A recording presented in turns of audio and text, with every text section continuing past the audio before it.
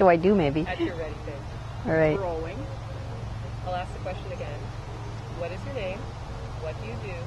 And where do you work? My name is Mimi Becker.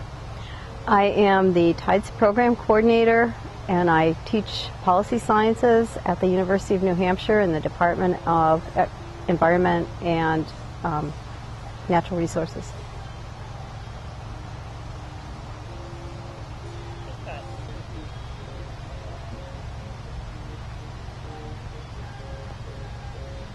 Okay.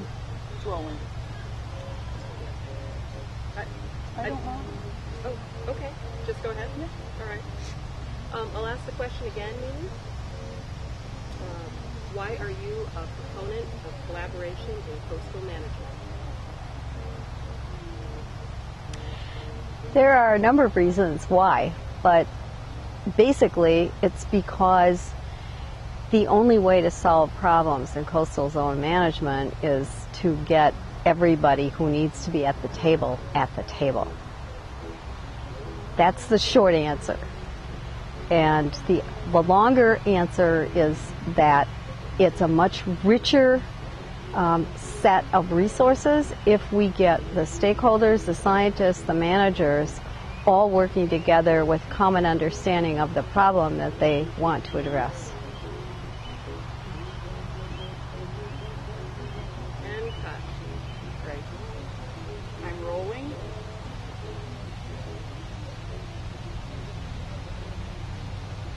Read the question.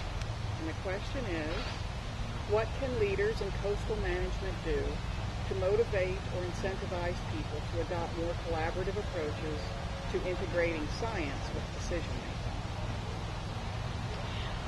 Well, there are a number of things that leaders can do to provide that incentive. A very simple one is to model the process, but I think it's more complicated than that, because if they can make it clear to both the scientists and the decision makers that it's essential for the decision makers to be engaged in articulating the nature of the problems that they have to solve.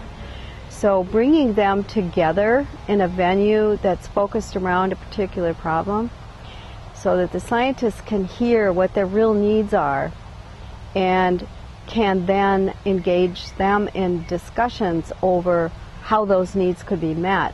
That would be a first step, because normally scientists operate in their labs or outside, but they don't usually engage with decision makers.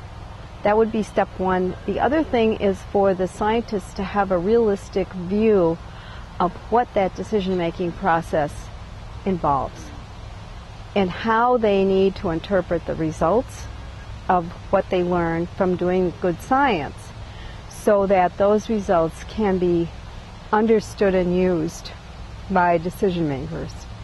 So those are the two ends of the spectrum. Get them involved at the beginning, and to the extent that you need to, keep them involved, but understand what they need to guide their decisions.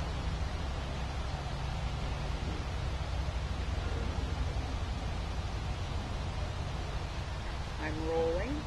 And the question is, how did you become interested in the collaboration process? The initial light went on about the importance of that process when I was sitting as a member of the Science Advisory Board to the International Joint Commission, and the scientists were wrestling with how we were going to solve the multiple problems that were affecting the Great Lakes during the 1970s and into the 80s. And these were an interdisciplinary group of scientists. I happened to be the only social scientist and the only female in the room, which was pretty much standard at that time. And they were trying to figure out how we could bring the relevant parties to the table to get them to understand that there were alternatives other than suing each other in court to actually solve problems instead of assign blame.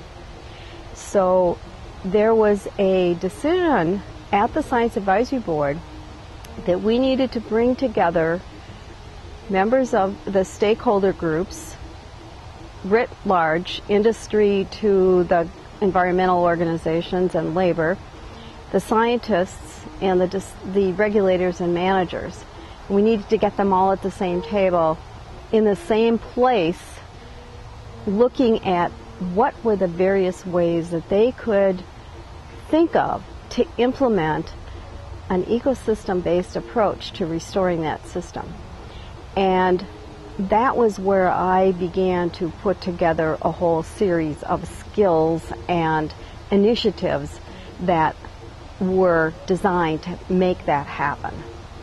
And that included everything from a program called Decisions for the Great Lakes that was designed to train decision makers in all those venues about what was wrong with the lakes and how they could help fix it, to actually engaging citizens with scientists in establishing research priorities.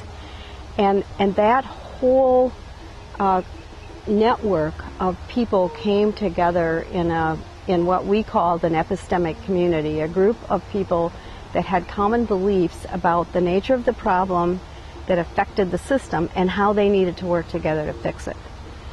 And I saw that as very powerful, and I've never backed down from that understanding moving forward in what it takes to deal with complex systems.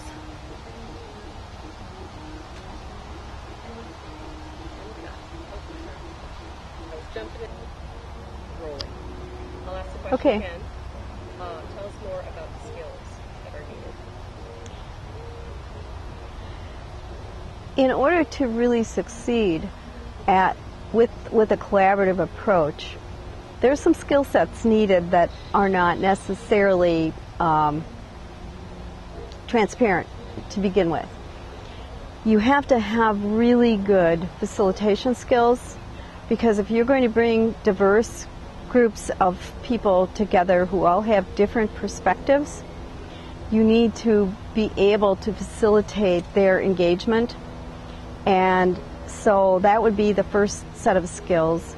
I think really good meeting planning skills, because if you are going to want people who don't normally work together to cooperate, they need to meet face to face initially. You can't do this with long-term problem solving in a virtual environment if they have not learned from each other to begin with.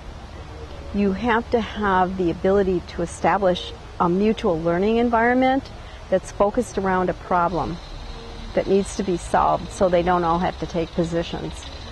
And I think conflict resolution skills are also important, as are clear oral and written communication skills.